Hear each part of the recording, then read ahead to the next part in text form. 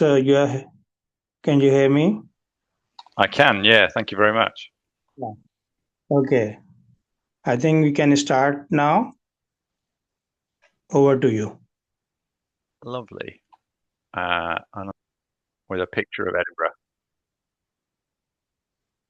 Can someone just say yes or no that you can see it? That'd be good. Yes, Yes, we we can see. can. Yes, we can. Perfect. Well, thank you very much for the invitation to speak. I'm James Blackmer. I'm a consultant urologist in Edinburgh in Scotland in the UK. We're currently in the midst of a heat wave here in the UK, so it's 20 degrees Celsius in Edinburgh, and that's seen as particularly hot. Our infrastructure is falling apart because it's so hot. We've not had rain for 2 weeks, and we've sort of got hose pipe James, bans. it's 40 degrees. Yeah, it's the comparison, I think, between countries, isn't it? But thank you very much for the invitation to speak. I'm going to talk about pathology and sort of the pathology for the surgeon. So I'm a urologist, although I have an interest in research, and I'll talk a little bit about the genetics of kidney cancer, particularly sort of what we've learned so far, and then also sort of projecting into how I see the field developing in the future.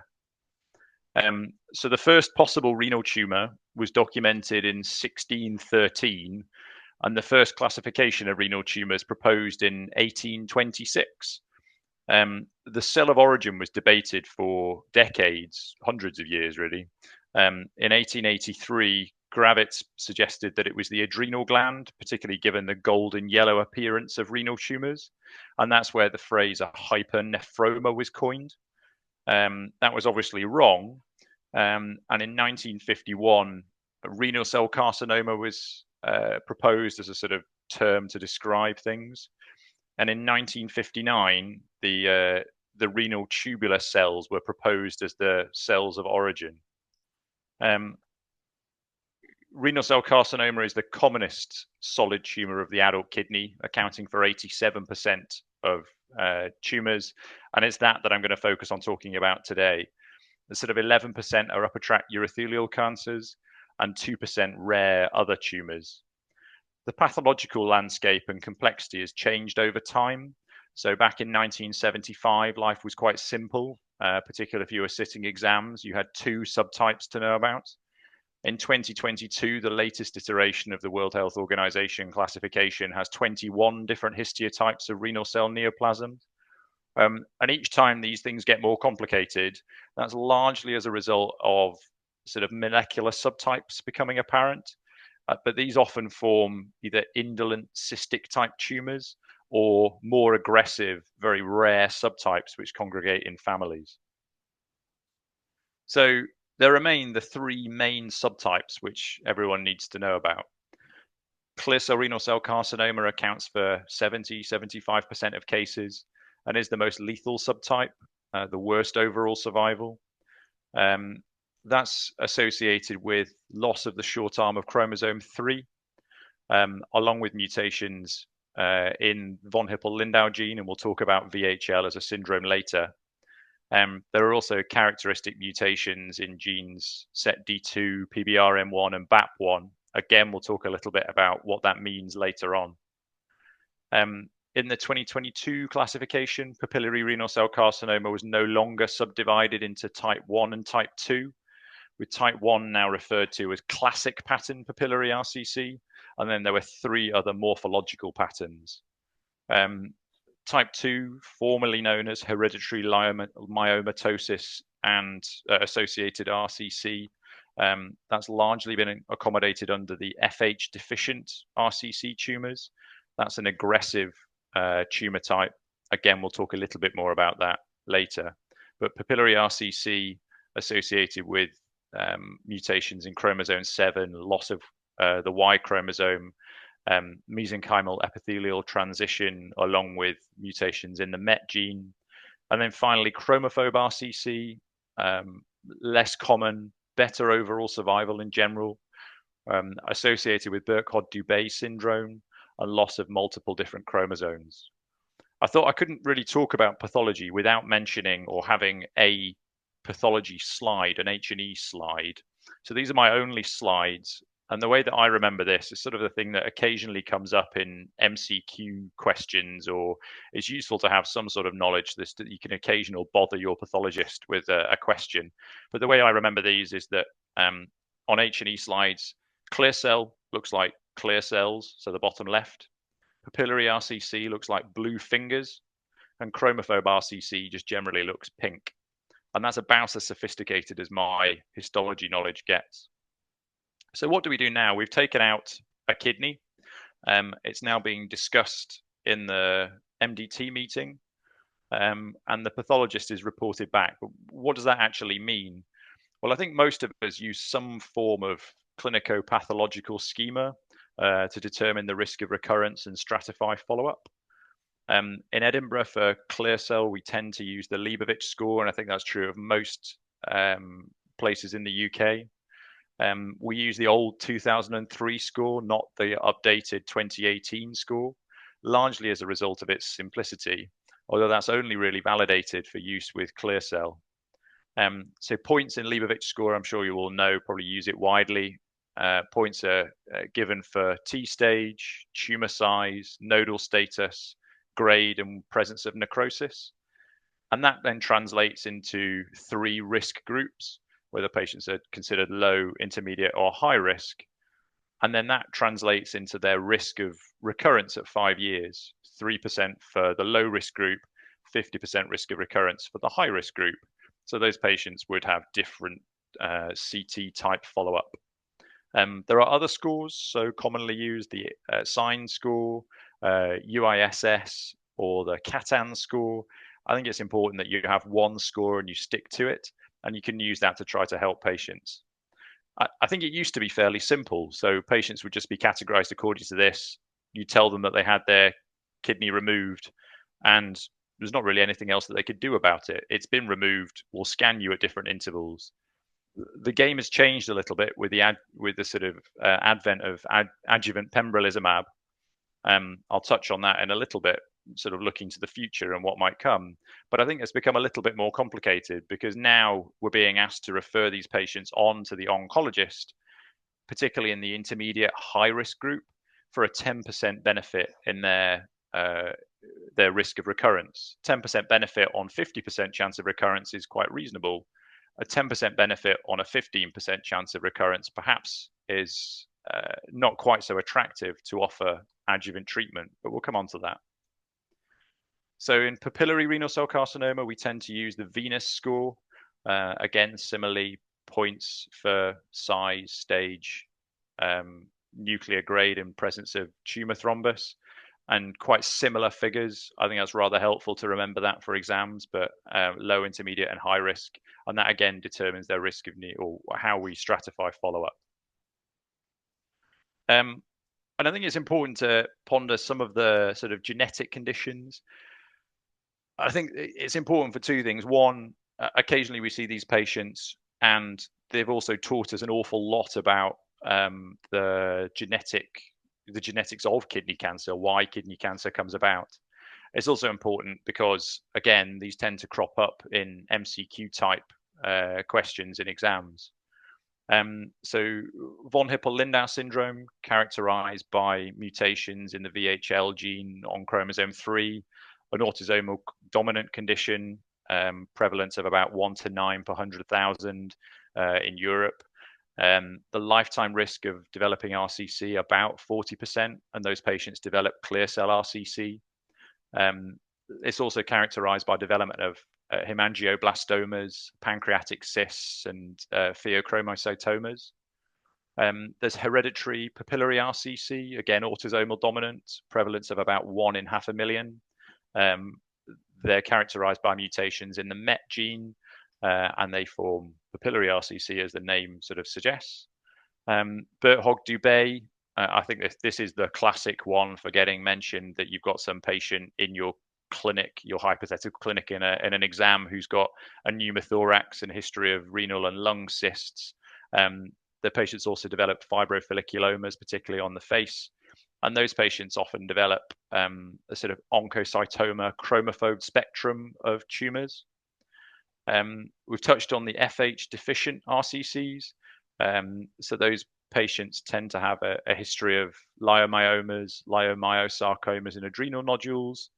And then also to remember, although quite rare, tuberous sclerosis complex that can form any type of renal tumors, but also associated with AML and seizures.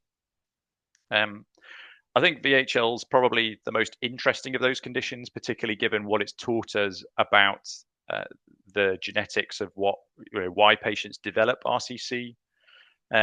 So patients with RCC have a predisposition to forming renal tumors. I said maybe 40%, maybe up to 70% in some patients, and some families will develop RCC during their lifetime, associated with pancreatic tumors, pheochromocytomas, and retinal and central nervous system hemangiomas, also other benign tumors. The VHL gene was discovered in association with familial clear cell renal cell carcinoma in 1993. And then a year later, the gene was found to be mutated in sporadic forms of clear cell RCC.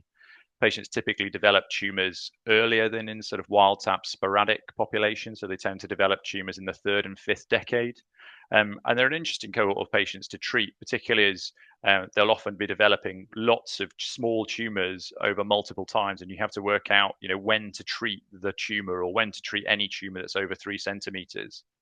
You should suspect that in patients who have a family history of it, obviously, but particularly in patients who have retinal angiomas, especially in their young, patients with spinal or cerebellar hemangiomas, patients with adrenal or extraadrenal pheochromocytomas, patients who are young, so under the age of 47 with an RCC, or patients with an RCC and one of the other VHL type tumors, patients with multiple renal and pancreatic cysts, again, particularly if they're young, and patients with pancreatic neuroendocrine tumors.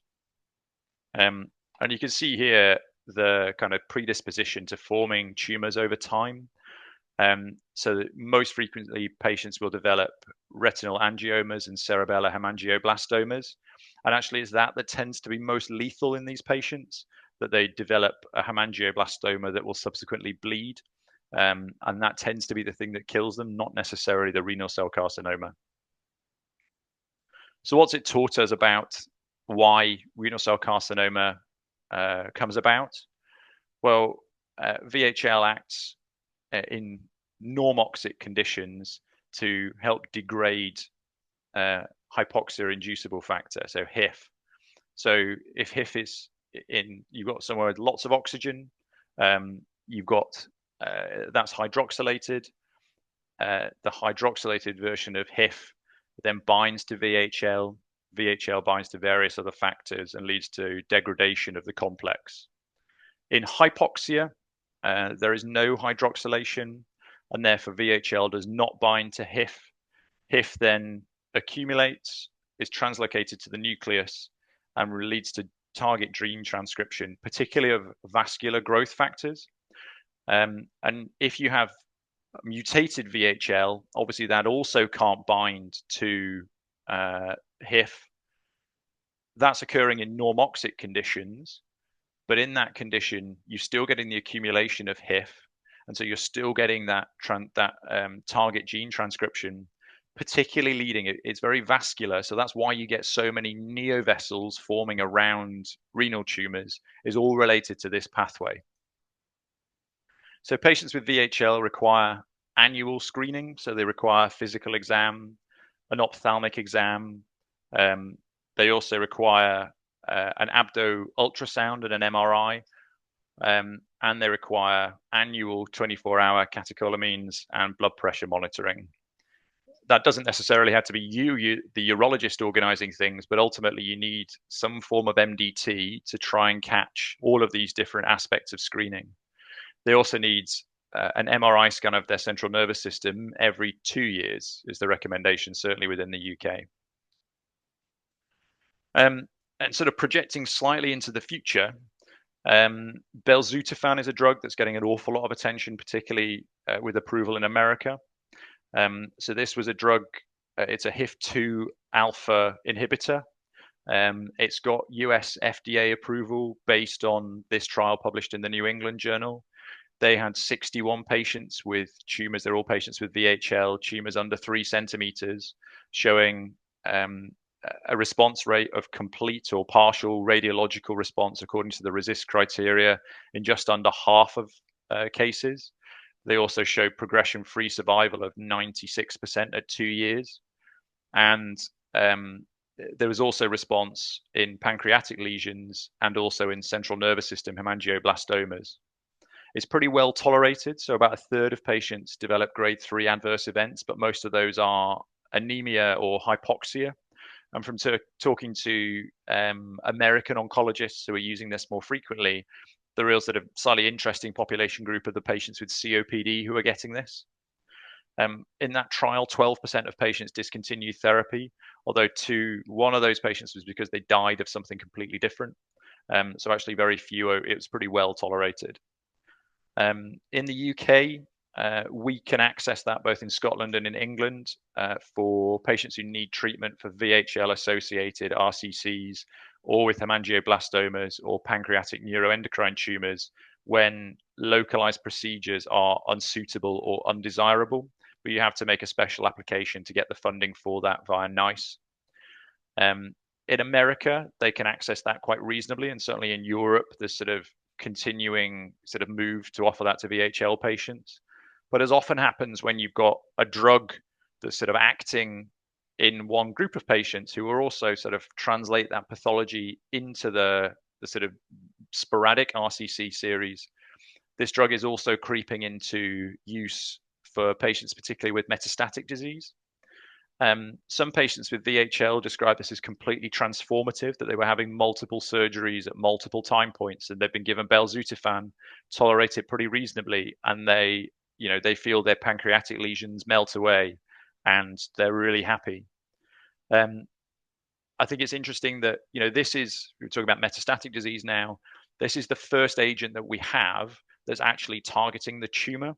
So obviously we have VEGF TKIs and immunotherapy. That's targeting largely your host response to cancer, priming your immune system. Belzutifan's actually targeting the mechanics of the tumor. And there has been some benefit about using this. It's starting to get funding, particularly in America, particularly now creeping in Europe for progressive disease. So patients that have progressed despite having immunotherapy, then second line TKI, and then they're going on to other treatment. That belzutifan is sort of finding a space there.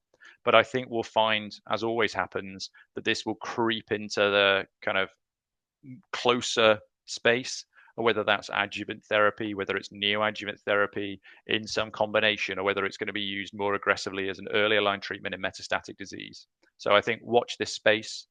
Certainly American oncologists are very excited about it, and that usually means that it's creeping across the rest of the world later.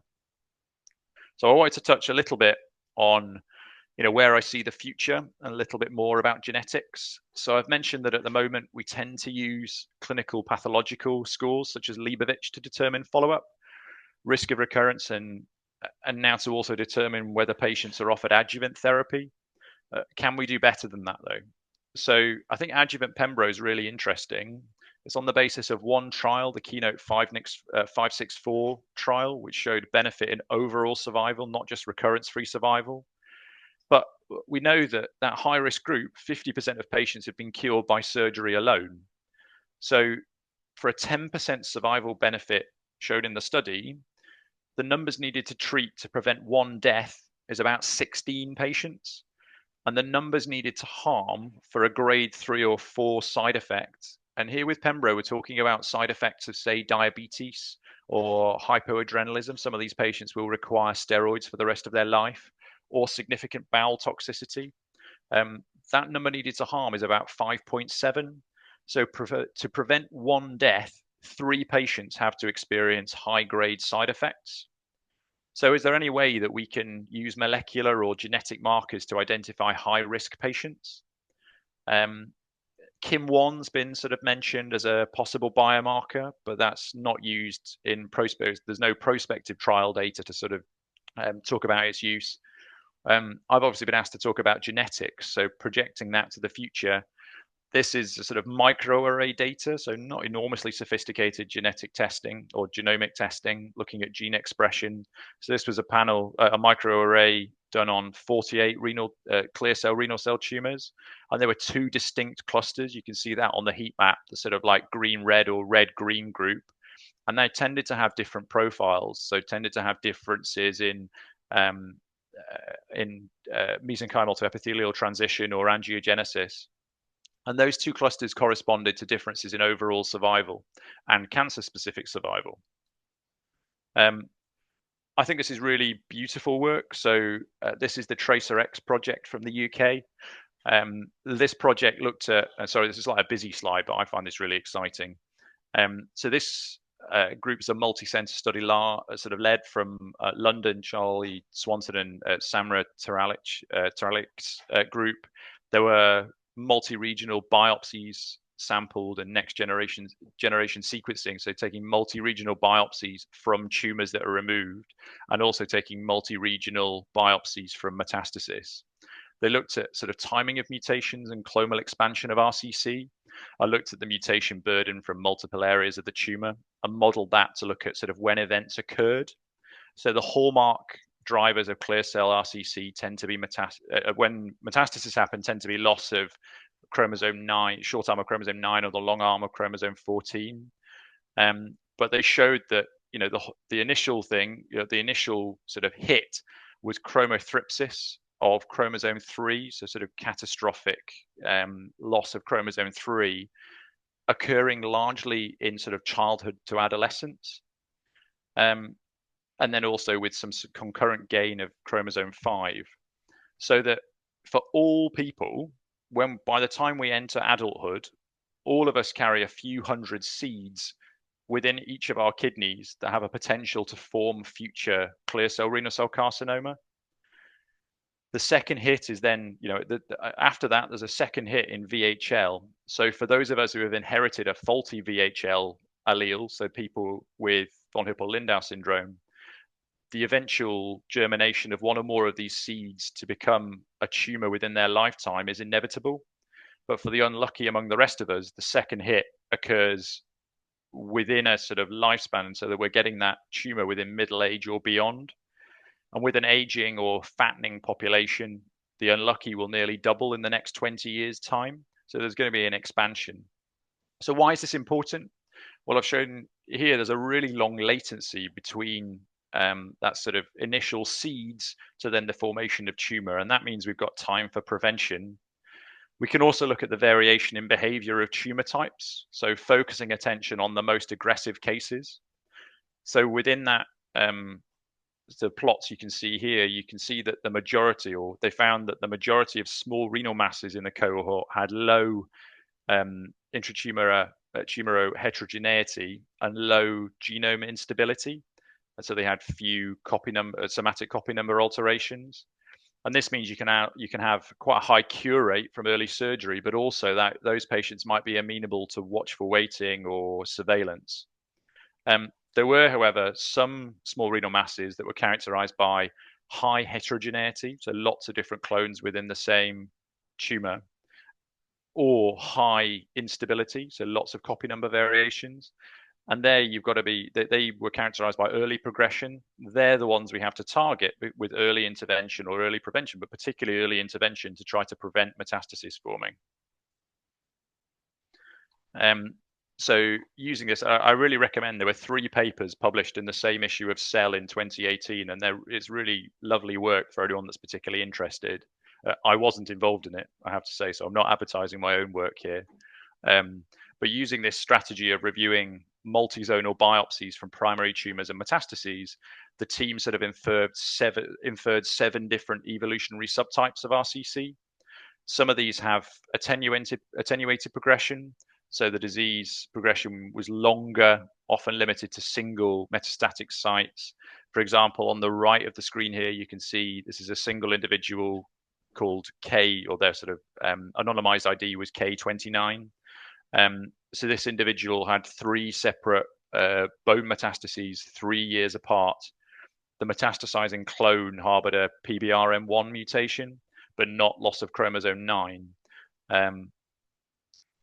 On the left-hand side of the screen, individual with a BAP1-driven tumor. That was much more aggressive. So there were 3 subtypes with rapid progression, characterized by low heterogeneity but high levels of genomic instability. All these cases had loss of chromosome 9, and all of them had rapid progression. This particular individual, K153, had lymph node and lung metastases, both seeded by that single BAP1 derived subclone. And you can see there that that was the clone that metastasized, whereas the PBRM1 subclone failed to metastasize. And this also corresponds to differences in survival. So this rapid progression for the group with high genomic instability translated into worse overall survival. Those are the patients that we need to be targeting, both aggressive surgical treatment, but also potentially aggressive oncological treatment, whether that be neoadjuvant or adjuvant treatment too, or better, sort of more intense surveillance.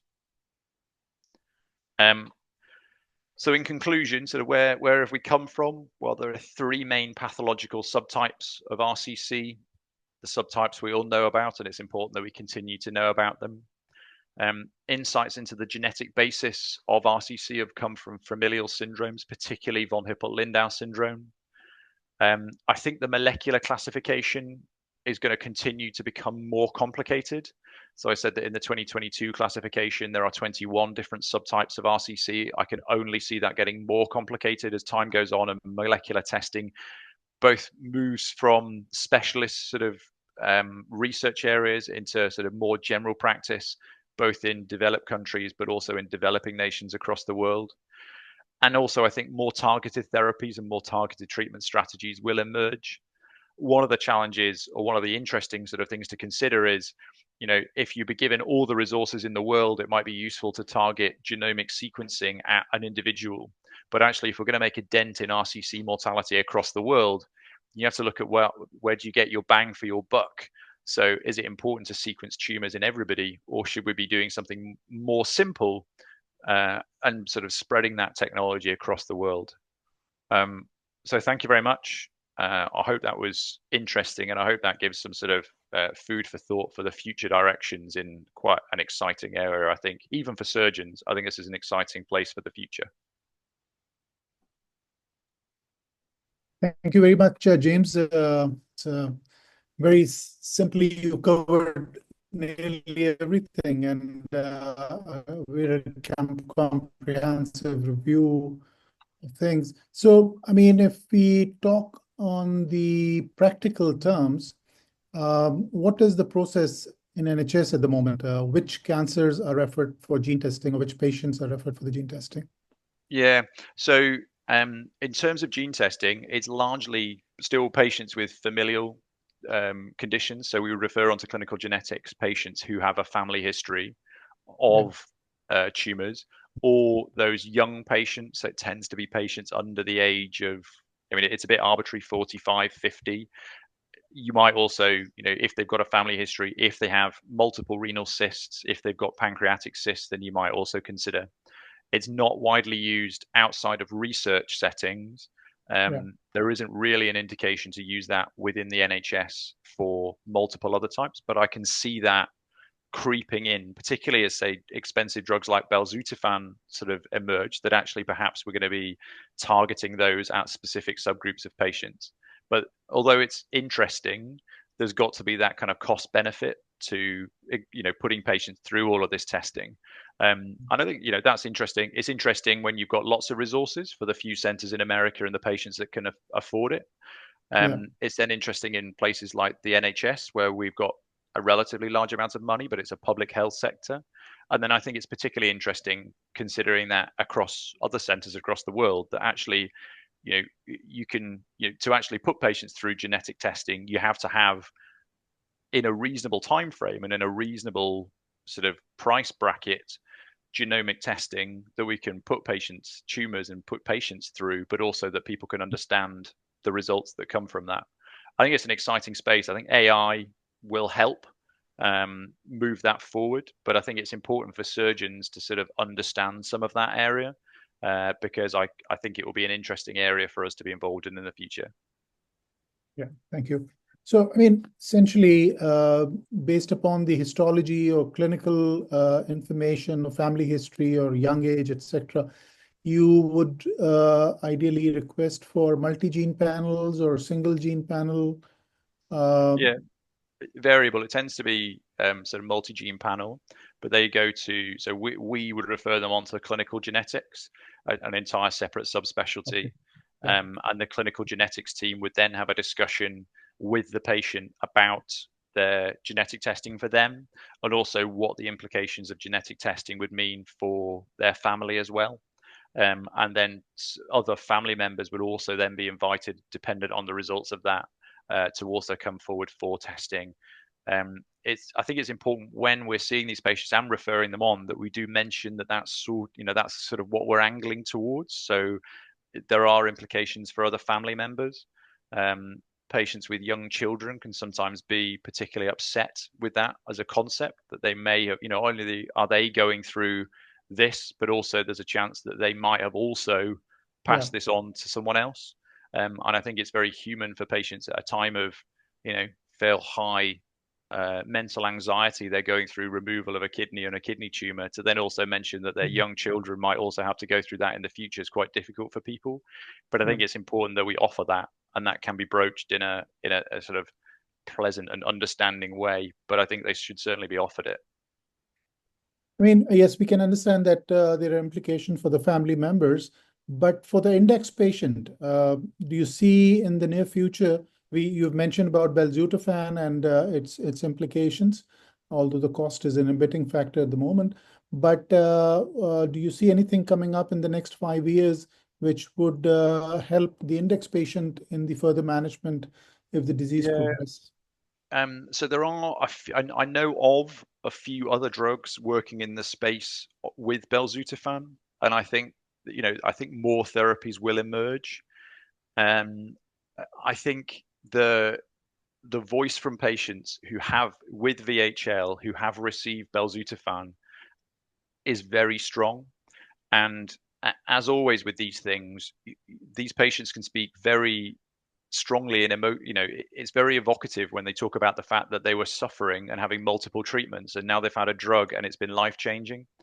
And as with all of these things, I'm not being too cynical here, but if these patients speak to politicians who hold the purse strings so frequently for actually what we can offer patients, politicians often latch onto these individual stories.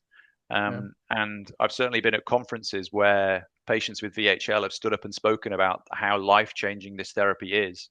And I can only see that creeping into wider practice, particularly for that index patient. It's a drug that is pretty well tolerated. Yes, it's expensive, but that will no doubt change over time. But I see that as probably quite it's an exciting space both for those patients, but also for the wider clear cell population, I think, going forward. Right, James, thank you very much. I think it's very, very helpful. I think you've cleared a lot of concepts here, practical implication, future.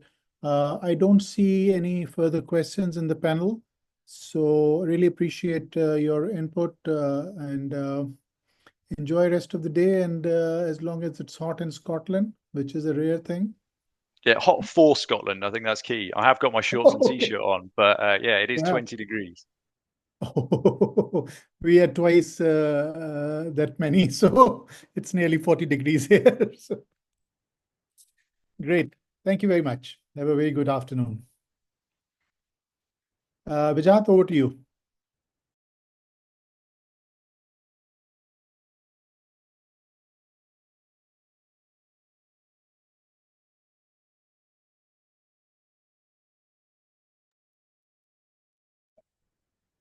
Okay. Sharif, are you ready with the cases? Yes, sir. Okay. So for the next half an hour, we have some cases, and Dr. Zishan Aslam will be presenting those cases. Then we can have discussion. We have Dr. Wajahat Aziz, and I think Dr. Bilal Qureshi, our radiation oncologist, will also join in. So please stop, ask questions at any point, and feel free to raise any concerns, questions that you have. Thank you. You all know Zishan Aslam. He works in Scotland as well. And he is presenting a few cases which we will discuss the implications of management with our panel.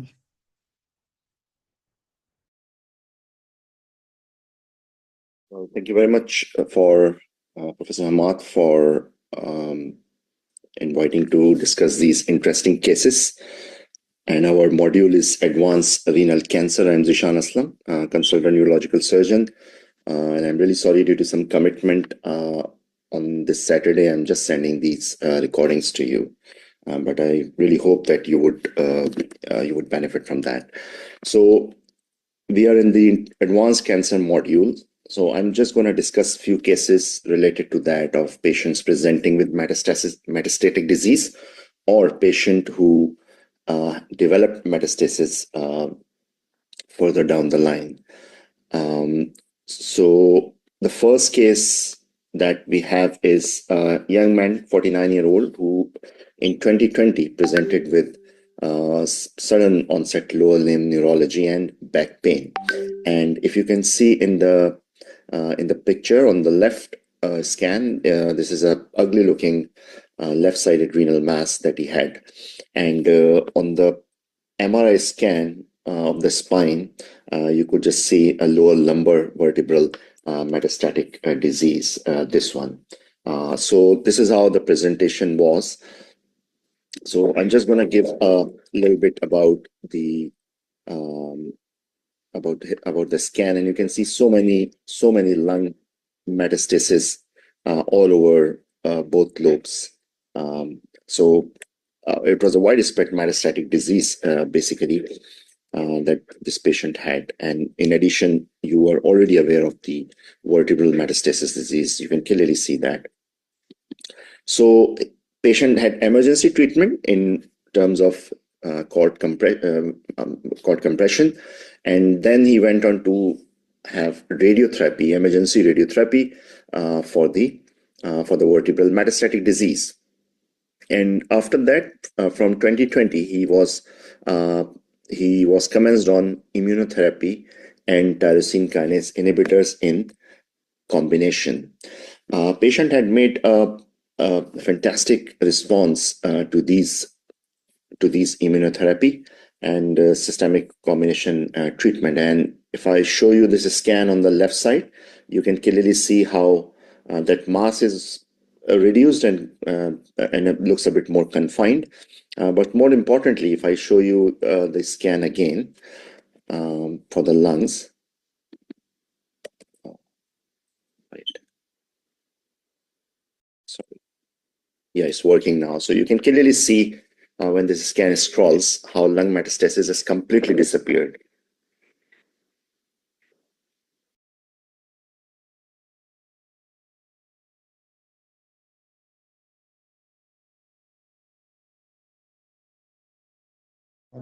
So last session we discussed about the concept of consolidative nephrectomy, which is gaining wide popularity now in the urological circles. So our oncology colleague had brought this case back to the MDT or tumor board meeting to discuss about further results. And we decided that this may be an appropriate point to go ahead and perform a consolidative cytoreductive nephrectomy, and therefore the left kidney was taken out. Challenging procedure, but had a good outcome and good recovery. And that was end of 2023. Since then, patient does remain on maintenance systemic treatment, clearly with a single agent therapy, and the disease has remained stable over a period of about 18 months now. So this is probably the most kind of a case which had presented in a really extreme situation, but fortunately we were able to control that, first with the oncology and with the surgical treatment. So another couple of cases I will quickly go through are on patients who had developed metastasis. This was a topic which we had not widely covered in the curriculum, so I thought maybe we will take this as an opportunity. So in terms of evidence for role of metastatectomy, if you look at the summary of evidence, I just want you to concentrate on these 4 points, that what does EAO guideline says. And what it says is about that the first evidence, which is level of evidence 3, is that comparative study retrospectively had pointed towards benefits of complete metastatectomy in metastasis cases in terms of overall survival, cancer-specific survival, and delay of systemic therapy. And this is something I have emphasized in the past talks as well, that one of the objectives is to delay or avoid systemic therapy, because that could sometimes be more morbid compared to surgical treatment. The second evidence, if you see, is based on a single-arm prospective and retrospective study, where it supported that oligometastasis, when you have a very small amount of metastasis, that can be observed to start with, rather than immediately jumping onto systemic treatment. And it could be observed for up to 16 months before systemic therapy is required. And then a radiotherapy to bone and brain metastasis from RCC, it can reduce symptomatic control. And we have seen one case where it was not just for symptomatic control, but it's just to avoid cord compression paralysis as well. And the fourth evidence is TKI's treatment after metastatectomy in patients with no evidence of disease. Like, we have done metastatectomy and patient is now disease-free for the time being. Then giving TKIs at that point did not improve recurrence-free survival when you compare it to simple observation or placebo. And based on that, we often base our practice. So we will see this case of a 56-year-old male who presented in 2013. That was way before I had started my practice. And he had some medical issues, congestive heart failure, 2012, and went on to have a laparoscopic radical nephrectomy. Pathology was grade 2 disease, but PT3A, perirenal fat involvement. So this patient continued to have follow-up onwards as per our protocols from 2013. And it was around 2016, some recurrences were identified. And if you see in these scans, I have marked this one. This is the second one.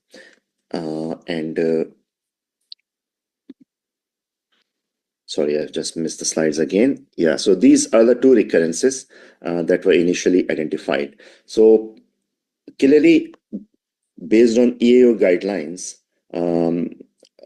following that practice, if we do, patient has been under observation and remained fine for another couple of years. At that point, you can see the metastasis has grown. This is the first one, and this is the second one which you have seen. And there was a new metastasis about 7 millimeter, which also appeared. So these are what I call as slow-growing metastasis. So case was discussed again, and I remember we had a bit of a debate on this cases about systemic treatment versus surgical excision. And my argument was that these 2 big lesions, which has been present for 2 years, this one and this one, they can be excised. Clearly, access to this was difficult. There was an argument about putting the patient on systemic therapy, which I don't think would be a wrong choice. But my argument and some of my colleagues was to do the surgery, and then patient can be put on observation after that again, avoiding systemic treatment altogether. So we continued, we operated on this patient, and we were able to excise these two bigger lesions completely altogether. However, that smaller lesion remained as it is, and it was already anticipated might be difficult to access, but our radiology colleague had already confirmed that this lesion, this tiny one on the right side picture, it can be amenable to ablation in worst case scenario if you want to avoid systemic treatment altogether, and if there are no further recurrences. So, but patient has been 4 years post surgery now. The small lesion has marginally increased, and patient has not needed any further treatment. So this is an example that from 2016, and we are now almost in 2025. In fact, the follow-up I had is up to 2022. So 2016 to 2022, for 6 years, patient avoided systemic treatment altogether with the cost of one surgical procedure. This is another case which was a 67-year-old lady with right-sided renal mass whom I had operated on with a laparoscopic nephrectomy in 2018 with a pathology suggesting intermediate risk disease. Patient continued to have follow-up through CT scan, and you can see in this scan about 3 centimeter recurrence or metastasis appeared on the omentum on the right side of the abdominal cavity in 2022, so almost after 4 years. No other metastatic disease, and this patient had developed this over a 1 year period. Like, we do follow-up scans after 1 year. So within that 1 year, this has appeared and grown up to 3 centimeter. However, no other metastatic disease.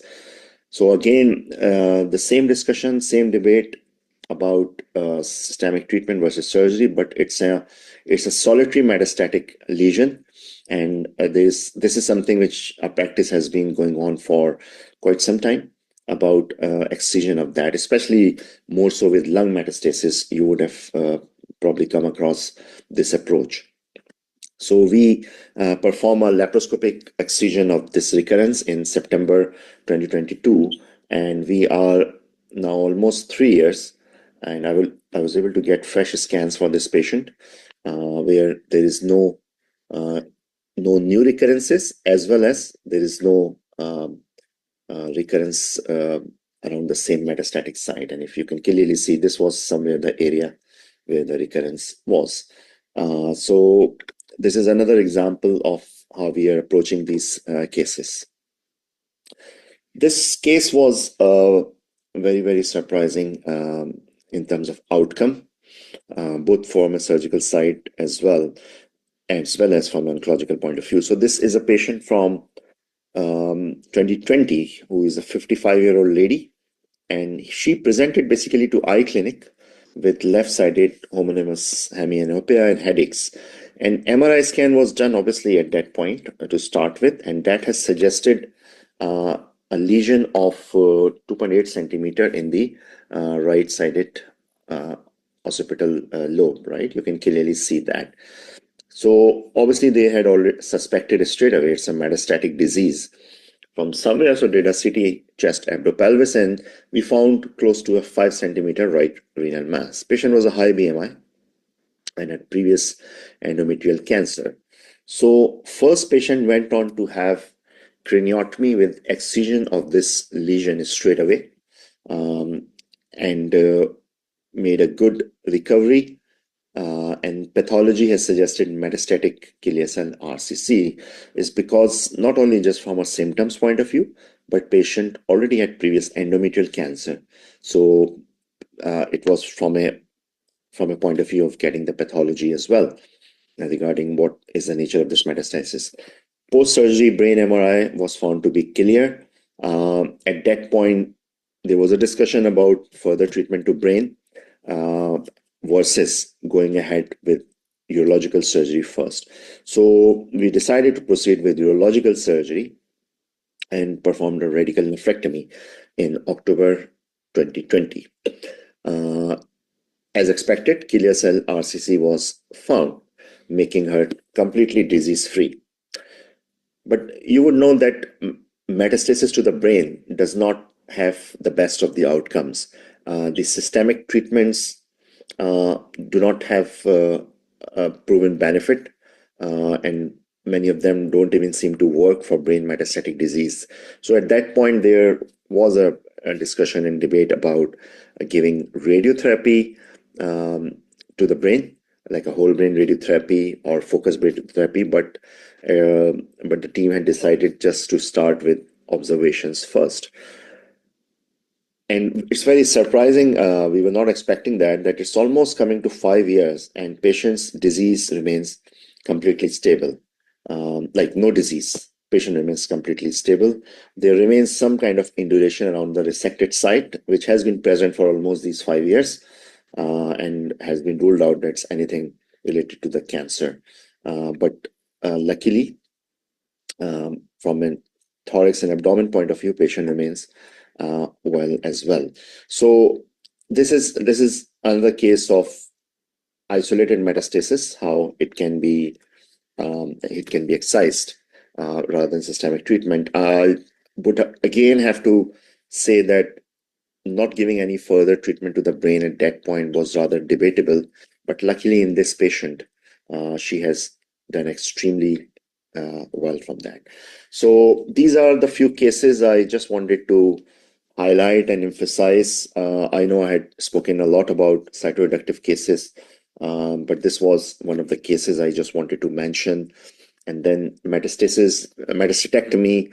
Again, this is a concept which is very popular in terms of lung metastasis, but you have seen how metastasis can be managed in other parts of the body as well. But there's certain things to keep in mind that metastasis, if it is under observation, it is slow growing, then you can always observe it.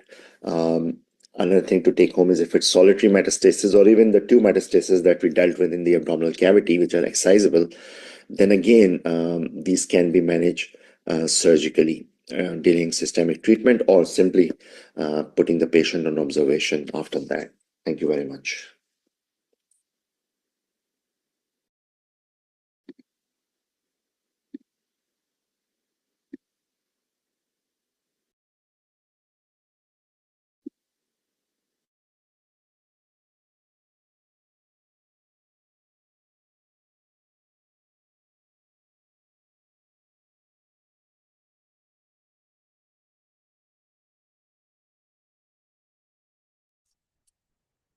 So, Dr. Ahmad, can I add few points here?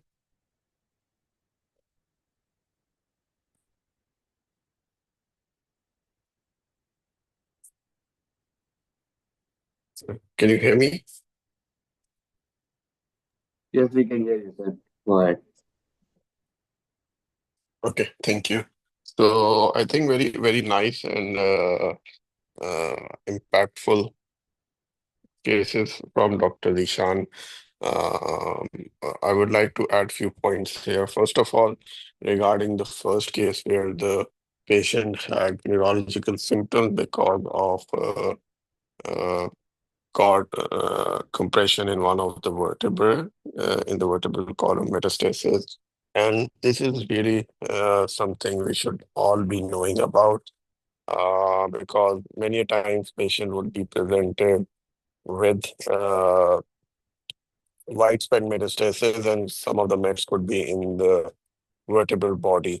And while systemic treatment is a very valid option for metastasis for renal cell carcinoma, however, we need to address the urgent neurological issue, which was also talked about in Dr. Nishan's presentation. So this required decompressive surgery so that the pressure over the spinal cord could be relieved, and that area was consolidated to make it disease-free in that particular area. And having further progression of disease in that area and resulting in neurological deficit or making the patient paraplegic was much needed. So that's the lesson. I think learning for all of us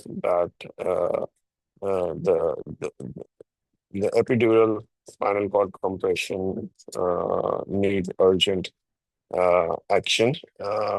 If surgical decompression is possible, feasible, and and expected to improve the neurological deficit, it should be the first line thing to do in such patient, followed by consolidated radiation therapy. And even in some of the cases where the cord compression is not due to a bony segment or bony collapse of the vertebra, or there are other reasons not to operate the patient, radiation therapy could still be used, although radiation is considered to be one of the radioresistant tumors. The renal cell carcinoma, however, this is a condition where radiation therapy should be used.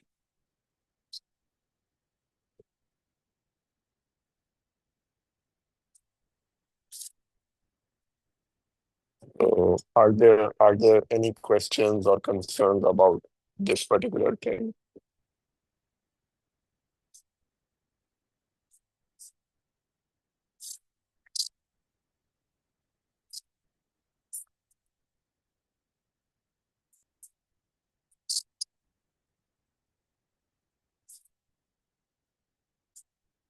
Okay, another thing that I would like to talk about, especially for the last case,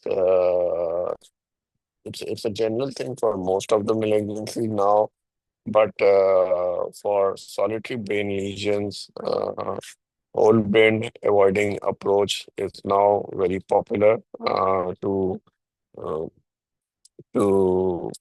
prevent neurocognitive effects in the survivors of metastatic disease, and similar in the case for renal cell carcinoma. So, if there is an oligometastatic disease or a solitary brain tumor, even post-operatively, whole brain radiation therapy may be avoided, and the patient could go for stereotactic radiosurgery only to the tumor bed from where the tumor was excised. Obviously, whenever we are going for a non-whole brain radiation therapy approach with treating only the metastatic site, the patient, the physician, and the caring team has to understand that this is a whole brain avoiding approach to go for better neurocognitive outcome in these patients, and this would require radiation for the newly developing metastatic disease in the brain and requires meticulous follow-up as well as understanding of the patient. Once we go for a non-whole brain approach, so that is we are not treating the whole brain. Further stereotactic radiation therapy to the newly developing brain region may be required at a later time, depending upon the disease free interval as well as the pace of the disease and systemic control. Those are few points that I wanted to clarify here. Thank you. And I'm happy to discuss anything if there is.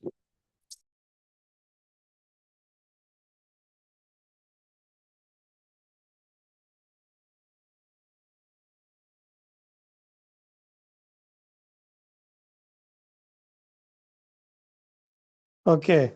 Any question from the participants or anything?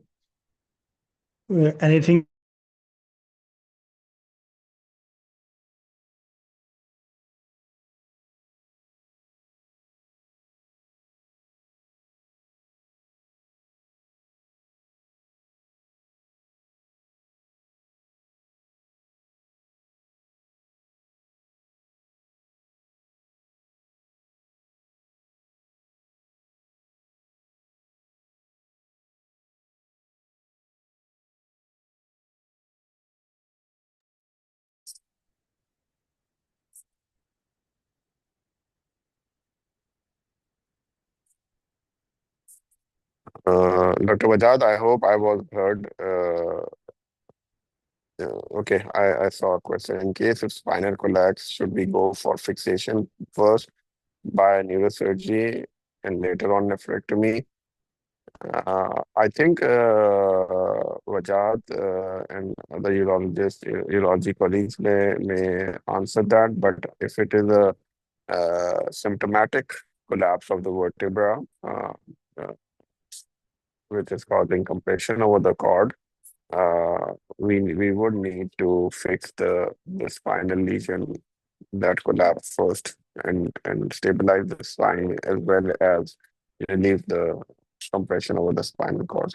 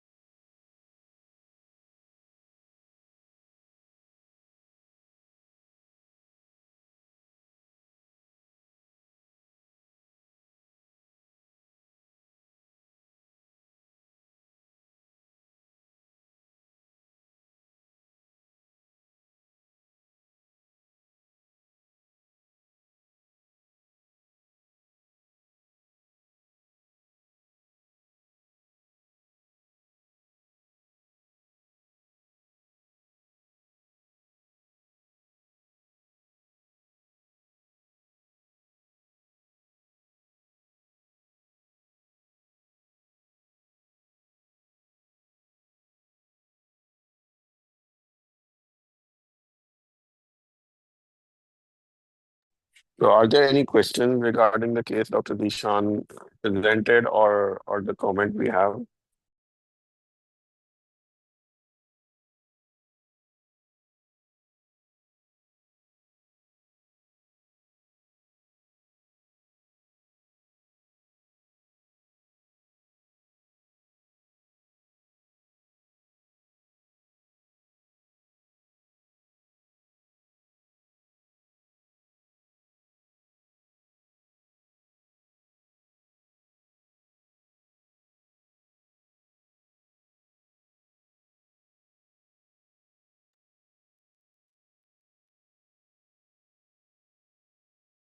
So there's a question that what will be the opinion if the case is done and combined by both team neurosurgeon and the urologist in the same setting? Yeah, I think this is a good idea. I was wondering the same. It's always good to present such cases, even all of such scenarios with doctors. Zishan presented should ideally be discussed in a multidisciplinary tumor board meeting. And yes, in such situations, one of the things is that we have a diagnosis while we are going for either of the two procedures or both of them together. So maybe a per-operative frozen sections may be helpful before proceeding with the primary site, which is an nephrectomy. But I think the neurosurgical procedure to stabilize and decompress is more like a symptomatic treatment, and would also be an opportunity to provide us the tissue diagnosis before we proceed with nephrectomy.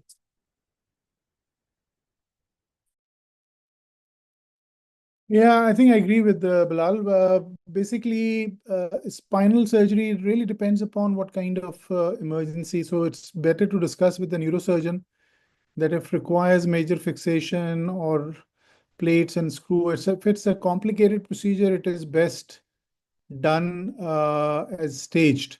But some of the times it's only requires some form of stabilization surgery, decompression of things. And in that situation, definitely you can do both procedures. We have done quite a few procedures simultaneously with the neurosurgeons.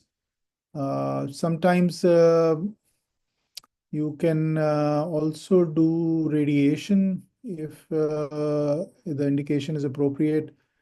and do the renal surgery. So I think it's all case-based variation.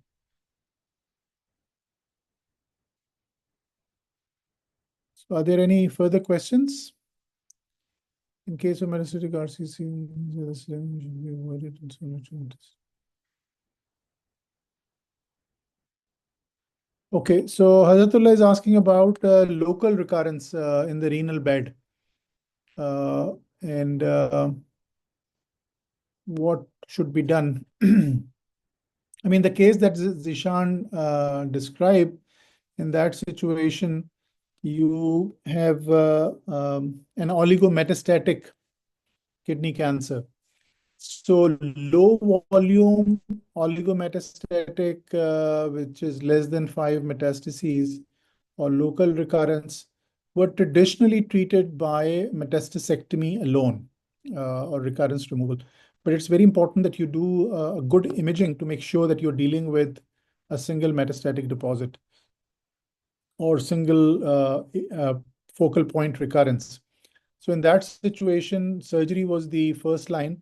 But now there is an option of doing radiation therapy as well, if technically feasible. So Bilal can add a few words about use of Sabre in Yeah, the setup. yeah, definitely, Dr. Ahmad. It has to be done by in a case to case way, with depending upon the location of the disease, location of the metastatic disease, the performance status, and of course the systemic treatment option. What I would like to uh, uh, state about SABR for or SPRT, rightly, for the metastatic disease is having a good systemic control overall is very important. And overall progression or the response rates that we achieve over time. Usually SBRT for solitary or oligo lung lesions is not done upfront. It is something that is done after we have a good systemic control of the disease of the primary site. And there are a few lesions which are there of long standing during that time. Okay, thank you. One question is, what about adjuvant therapy? After resection of oligometastatic disease, as Dishan himself mentioned, that usually these patients do well despite any adjuvant therapy. But given the current recommendation, Vijay, this is what we are discussing, that I mean, the one of the paradigm in oncology is that in order to assess the efficacy of treatment, particularly in that setup where you have had the primary disease taken out, and if there is a single or two metastatic deposits that have been taken care of either by surgery or radiation therapy, the concept of giving systemic therapy is not established in renal cell carcinoma as yet. So what is done is that you need to put your patient to surveillance. So prophylactic treatment of non-visible on imaging disease is currently not recommended. There is no data to suggest that.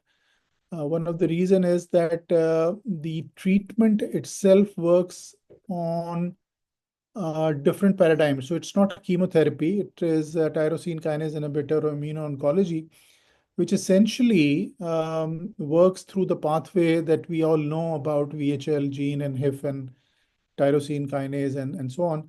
So it works when there is active angiogenesis in most cases. And in that situation where you don't have any discernible disease, those agents will not really work. Chemotherapy will work for micrometastatic disease, and that's why adjuvant neoadjuvant treatment is given. But to the best of my knowledge, there is no recommendation, and Bilal can also add a few words on this. Yeah. In my opinion, it doesn't. Dr. Ahmad, I just wanted to add, I think Dr. Wajad is probably querying in the context of the third case of Dr.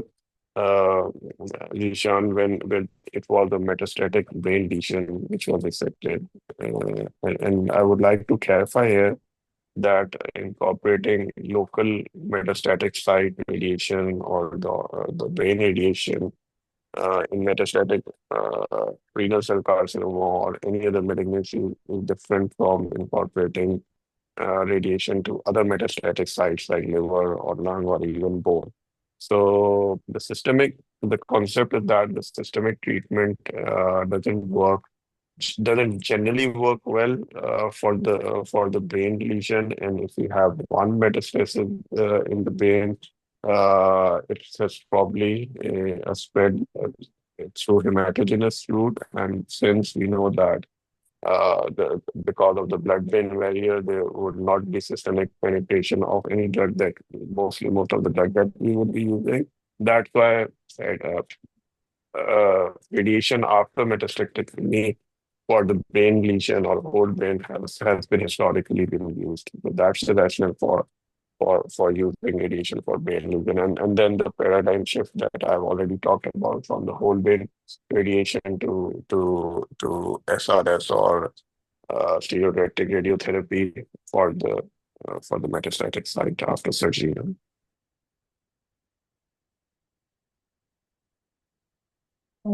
Yes, Hazratullah, you can give radiation to relieve pain, and it works.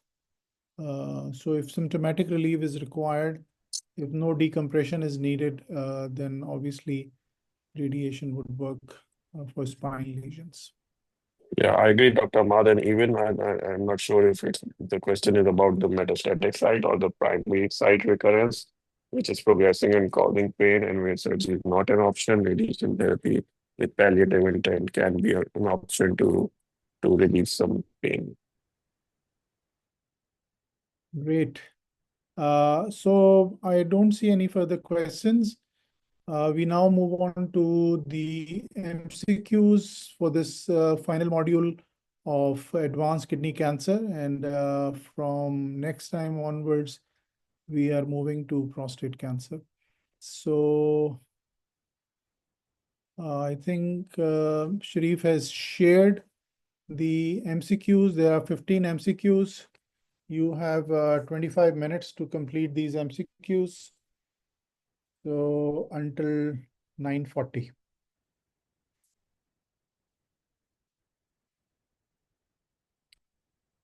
So thank you very much, Bilal and Wajahat.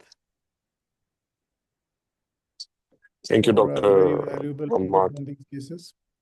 Thank you. Thank you for having me here. And Nadeem Parvez was saying hello. I'm with him in a conference in Dhaka at the moment. So he was saying salam to you. Walaikum assalam. Thank you.